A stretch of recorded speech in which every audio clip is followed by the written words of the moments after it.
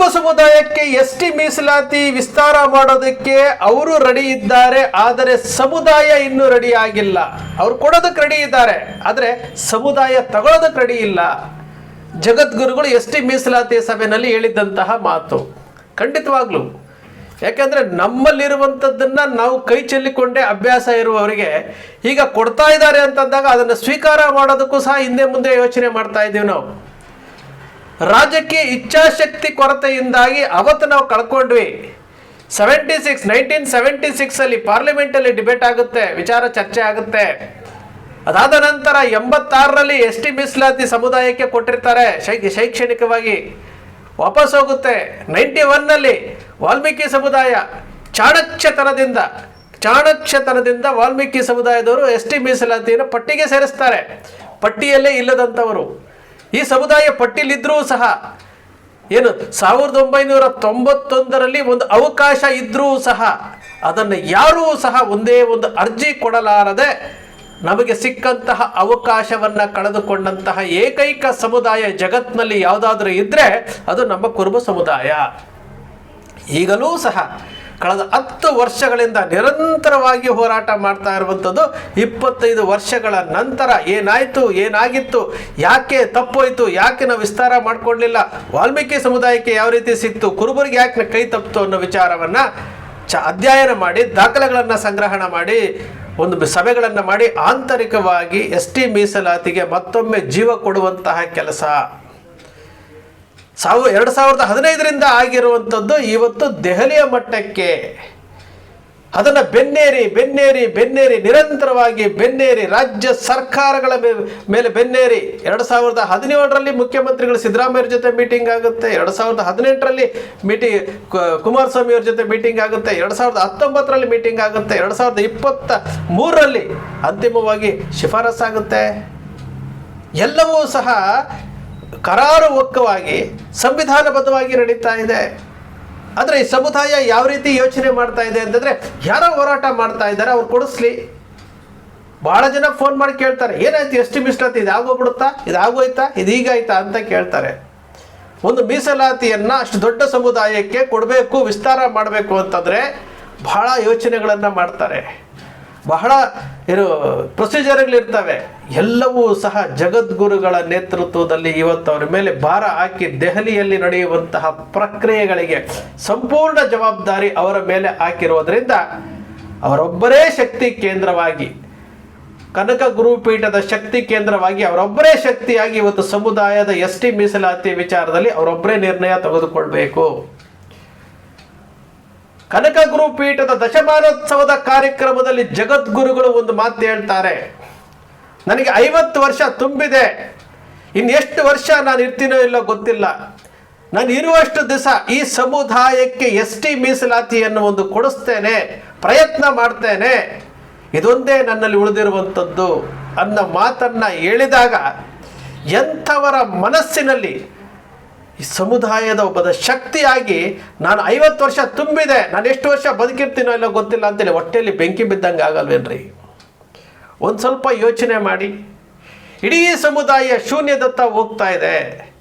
ಈ ಸತ್ಯ ಬಹಳಷ್ಟು ಜನಕ್ಕೆ ಅರಗಿಸ್ಕೊಳಕ್ಕೆ ಆಗೋದಿಲ್ಲ. ಏನೂ ಇಲ್ಲದಂತಹ ಬರೀ ಬಟ್ಟಲು ಆಗ್ತಾ ಇರುವಂತಹ ಸಮುದಾಯ, ಬರೀ ಖಾಲಿ ಬಟ್ಟಲು ಹಿಡ್ಕೊಂಡು ನಿಂತ್ಕೊಳ್ಳುವಂತಹ ಪರಿಸ್ಥಿತಿಗೆ ತಂದಿದ್ದೀವಿ. ಉಳಿದಿರುವುದು ಒಂದೇ ಒಂದು ಆಶಾ ಕಿರಣ, ಉಳಿದಿರುವುದು ಒಂದೇ ಒಂದು ನಮಗೆ ಮಾರ್ಗ ತೋರಿಸ್ತಾ ಇರುವಂಥದ್ದು ಜಗದ್ಗುರುಗಳು ಒಬ್ಬರೇ. ಈ ಒಂದು ಎಸ್.ಟಿ ಮೀಸಲಾತಿಯಲ್ಲಿ ಆಗಿರುವಂತಹ ಅನ್ಯಾಯವನ್ನು ಸರಿಪಡಿಸಿ ಅಖಂಡ ಕರ್ನಾಟಕದ ಕುರುಬರಿಗೆ ಬೀದರ್ ಟು ಚಾಮರಾಜನಗರದವರೆಗೂ ಎಲ್ಲ ಕುರುಬರು ಎಸ್.ಟಿ ಮೀಸಲಾತಿ ಪಟ್ಟಿ ಒಳಗಡೆ ಬರಬೇಕು, ಆಗಿರುವಂಥ ಅನ್ಯಾಯ ಸರಿಪಡಿಸಬೇಕು, ವಿಸ್ತಾರ ಆಗಬೇಕು. ಅದು ಆರ್ಡಿನೆನ್ಸ್ ಮೂಲಕನಾದರೂ ಆಗುತ್ತೋ ಅಥವಾ ಪ್ರೊಸೀಜರ್ ಪ್ರಕಾರ ಆಗುತ್ತೋ ನಮಗೆ ಗೊತ್ತಿಲ್ಲ, ನಮ್ಗೆ ಅದು ಆಗಬೇಕು. ಇದನ್ನು ಬೆನ್ನೇರಿ ದೆಹಲಿಗೆ ಹೋಗಿ ಗುಪ್ತವಾಗಿ ಒಳಗಡೆ ಗುಪ್ತಗಾಮಿನಿಯಾಗಿ ಕೆಲಸ ಮಾಡ್ತಾ ಇದ್ರೆ ಒಂದಷ್ಟು ಜನ ಇದನ್ನು ದಾರಿ ತಪ್ಪಿಸುವಂಥ ಕೆಲಸ ಮಾಡಿದ್ರು. ಒಂದಷ್ಟು ಜನ ದಾರಿ ತಪ್ಪಿಸೋದು ಬೇರೆ ಸಮುದಾಯಗಳಿಗಿಂತ ನಮ್ಮ ಸಮುದಾಯದಲ್ಲಿರುವಂಥ ಒಂದಷ್ಟು ಮನಸ್ಥಿತಿಗಳು ನಮ್ಮಲ್ಲೇ ಗೊಂದಲಗಳನ್ನು ಉಂಟು ಮಾಡುವಂತಹ ಕೆಲಸ. ಅದು ಯಾವ ರೀತಿ ಆಯಿತು, ಯಾರ್ಯಾರು ಇದು ಮಾಡಿದ್ರು ಎಲ್ಲವೂ ಸಹ ಮಾಹಿತಿಗಳನ್ನು ಕಲೆ ಹಾಕುವಂತಹ ಕೆಲಸವೂ ಆಗಿದೆ. ಆದರೆ ಈ ಸಮುದಾಯದ ಇವತ್ತಿನ ಪರಿಸ್ಥಿತಿ ಬಗ್ಗೆ ಯೋಚನೆ ಮಾಡಿ. 1991ರಲ್ಲಿ ವಾಲ್ಮೀಕಿ ಸಮುದಾಯ ಯಾವ ರೀತಿ ST ಮೀಸಲಾತಿ ಪಟ್ಟಿ ಒಳಗಡೆ ಬಂತು? ಉಗ್ರಪ್ಪ ವೀರಣ್ಣ ಗೌಡ, ಚಂದ್ರಶೇಖರ್ ಅವರು ಪ್ರೈಮ್ ಮಿನಿಸ್ಟರ್ ಆಗಿದ್ದಾಗ ದೇವೇಗೌಡರ ಸಹಕಾರದಿಂದ ಯಾವುದೇ ಅಧ್ಯಯನ ಇಲ್ಲದೆ ನೇರವಾಗಿ ರಾಷ್ಟ್ರಪತಿಗಳ ಅಂಕಿತವನ್ನು ಹಾಕಿಸ್ಕೊಂಡು ಬಂದಿರುವಂಥದ್ದು. ಇದು ಚಾಣಕ್ಷತನ. ಇದೇ ಚಾಣಕ್ಷತನವನ್ನ ಜಗದ್ಗುರುಗಳು ಮತ್ತು ತಂಡ, ಹಾಲುಮತ ಮಹಾಸಭಾದ ರುದ್ರಣ್ಣ ಗುಳ್ಗುಳಿಯ ತಂಡ ಇದೆಲ್ಲವೂ ಕಂಟಿನ್ಯೂಸ್ ಆಗಿ ಮಾಡ್ತಾ ಇದೆ. ಈಗ ಅಂತಿಮವಾಗಿ ನಾವು ನಿರ್ಣಯ ಮಾಡಬೇಕಾಗಿರುವುದು ಒಂದೇ. ಕನಕ ಗುರುಪೀಠದ ಜಗದ್ಗುರು ನಿರಂಜನಾನಂದಪುರಿ ಸ್ವಾಮೀಜಿಗಳು ಅವರು ನೇತೃತ್ವದಲ್ಲಿ, ಅವರ ಮಾರ್ಗದರ್ಶನದಲ್ಲಿ ಏನು ದೆಹಲಿಯಲ್ಲಿ ಆಗಬೇಕಾಗಿರುವಂತಹ ಕೆಲಸಗಳು ಅವರ ಮೂಲಕವೇ ಆಗಬೇಕು.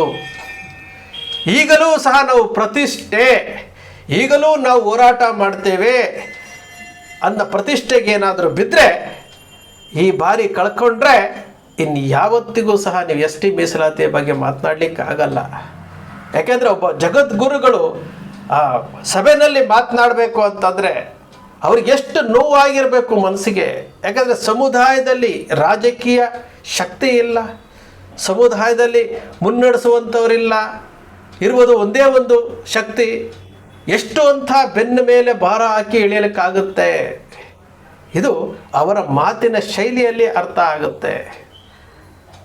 ನಾವು ಅರ್ಥ ಮಾಡ್ಕೊಳ್ಬೇಕಾಗಿರೋದು ಈ ಸಮುದಾಯ ಮುಂದಿನ ಭವಿಷ್ಯ ಹೇಗಿರುತ್ತೆ, ಸಮುದಾಯದ ಭವಿಷ್ಯ ಹೇಗಿರುತ್ತೆ ಅಂತಂದರೆ ರಾಜಕೀಯವಾಗಿ ನಾವು ಕಂಪ್ಲೀಟಾಗಿ ಶೂನ್ಯದತ್ತ ಹೋಗ್ತಾ ಇದ್ದೇವೆ. ಇದು ಮೊದಲ ಪಾಯಿಂಟ್.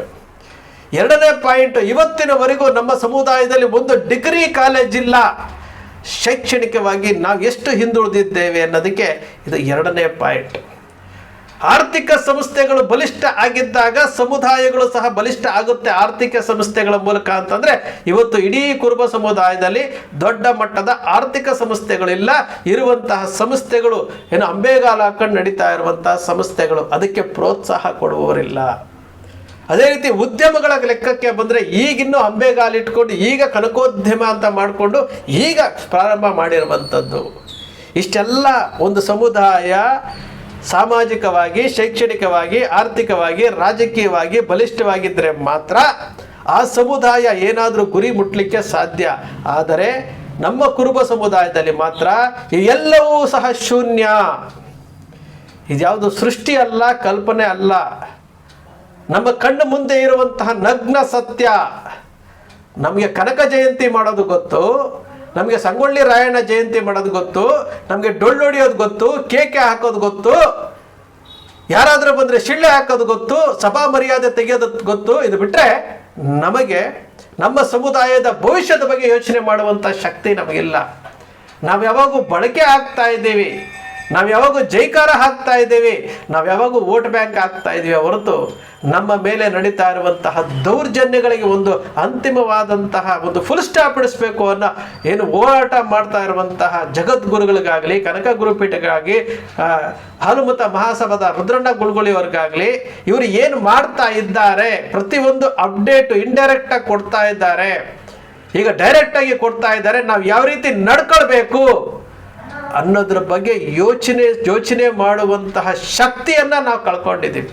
ಆ ಶಕ್ತಿಯನ್ನು ಕಳ್ಕೊಂಡಿದ್ವಿ. ಇನ್ನು ಮುಂದಾದರೂ ಹೇಳಿರುವಂತಹ ಮಾತುಗಳು, ಮಾರ್ಮಿಕವಾಗಿ ಹೇಳಿರುವಂತಹ ಮಾತುಗಳನ್ನು ಅರ್ಥ ಮಾಡಿಕೊಂಡು ಇಡೀ ಸಮುದಾಯ, ಇಲ್ಲಿ ಬೀದರ್ನಿಂದ ಚಾಮರಾಜನಗರವರೆಗೂ 31 ಜಿಲ್ಲೆಯಲ್ಲಿ ವಾಸ ಮಾಡ್ತಾ ಇರುವಂಥ ಸಮಸ್ತ ಕುರುಬರಿಗೆ ST ಮೀಸಲಾತಿಯಲ್ಲಿ ಅನ್ಯಾಯ ಆಗಿದೆ.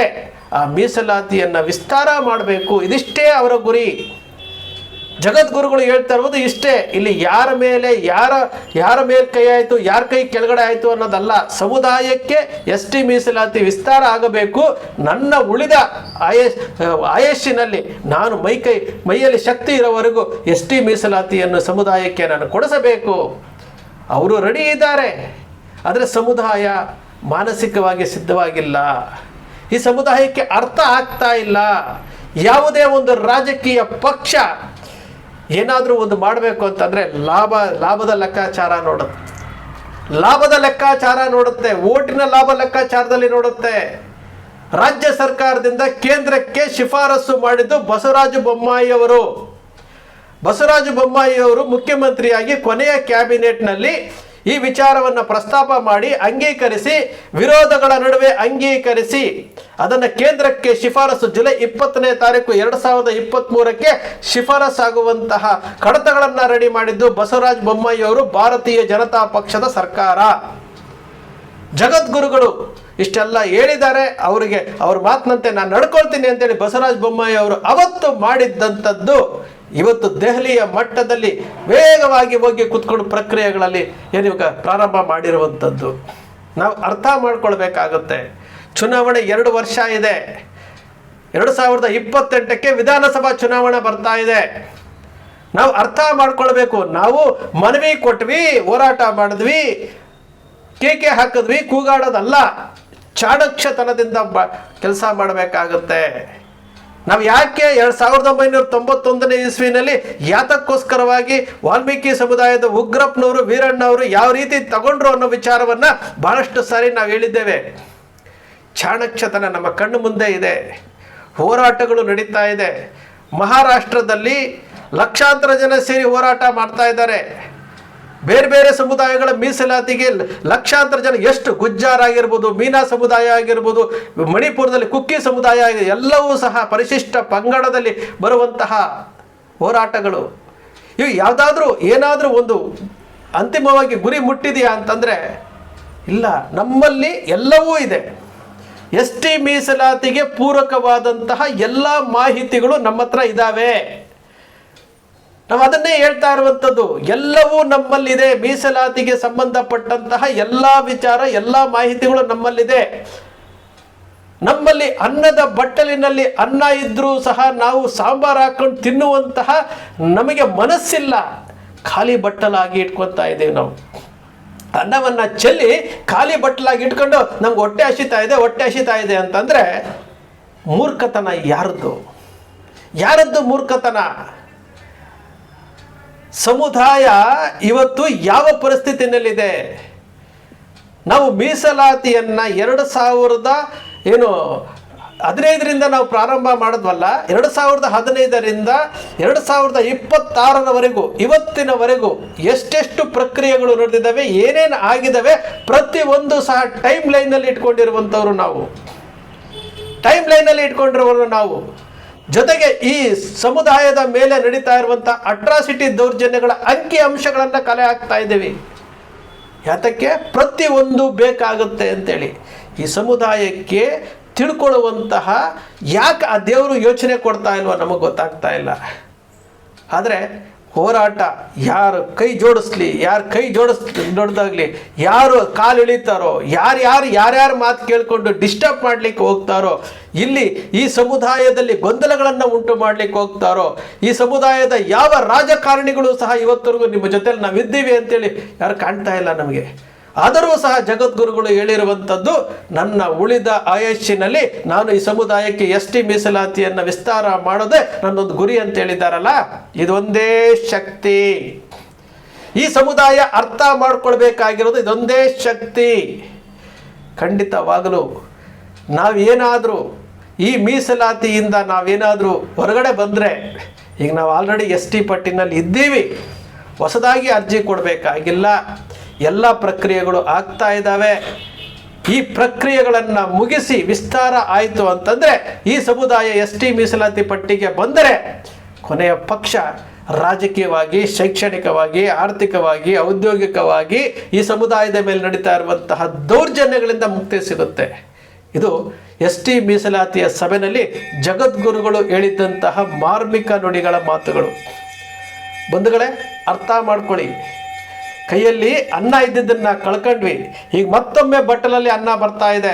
ಆ ಅನ್ನಕ್ಕೆ ಸಾಂಬಾರು ಹಾಕ್ಕೊಂಡು, ಪಲ್ಯ ಹಾಕ್ಕೊಂಡು ಊಟ ಮಾಡೋದ್ರ ಬಗ್ಗೆ ಯೋಚನೆ ಮಾಡಬೇಕೇ ಹೊರತು ಮತ್ತೊಮ್ಮೆ ಕೈ ಚೆಲ್ಕೊಳ್ಳೋದ್ರ ಬಗ್ಗೆ ಮಾತಾಡೋಕ್ಕೆ ಹೋಗಬಾರ್ದು. ಜಗದ್ಗುರುಗಳು ಹೇಳಿದ್ರಲ್ಲ ಆ ಒಂದು ಮಾತು, ಆ ಮಾತು ಪ್ರತಿಯೊಬ್ಬರೂ ಸಹ ಯೋಚನೆ ಮಾಡಿ. ನಾವು ಈ ಸಮುದಾಯದಲ್ಲಿ ಹುಟ್ಟಿದ್ವಿ, ಸಮುದಾಯದ ಋಣ ನಮ್ಮ ಮೇಲಿದೆ. ಆ ಋಣವನ್ನು ತೀರಿಸೋದಕ್ಕೆ ಒಂದು ಅವಕಾಶ ನಮಗೆ ಸಿಗ್ತಾ ಇದೆ. ಸಮುದಾಯ ಗಟ್ಟಿ ಆದರೆ ನಮ್ಮ ಸಮುದಾಯದ ಮಕ್ಕಳು ಗಟ್ಟಿ ಆಗ್ತಾರೆ. ಸ್ನೇಹಿತರೆ, ಕನಕ ಟಿವಿ ಸೃಷ್ಟಿ ಮಾಡೋದಿಲ್ಲ, ಕಲ್ಪನೆ ಮಾಡೋದಿಲ್ಲ, ವಾಸ್ತವದ ವಿಚಾರವನ್ನು ವಿಶ್ಲೇಷಣೆ ಮಾಡುತ್ತೆ. ಕನಕ ಟಿವಿಯ ವಿಶ್ಲೇಷಣೆ ನಿಮ್ಗೆ ಇಷ್ಟ ಆಯಿತು ಅಂದರೆ ಸಬ್ಸ್ಕ್ರೈಬ್ ಆಗಲಿಲ್ಲ ಅಂದರೆ ಸಬ್ಸ್ಕ್ರೈಬ್ ಮಾಡ್ಕೊಳ್ಳಿ. ಪಕ್ಕದಲ್ಲಿ ಕಾಣುವಂಥ ಬೆಲ್ ಐಕಾನ್ ಪ್ರೆಸ್ ಮಾಡಿ, ಶೇರ್ ಮಾಡಿ, ಪ್ರೋತ್ಸಾಹ ನೀಡಿ.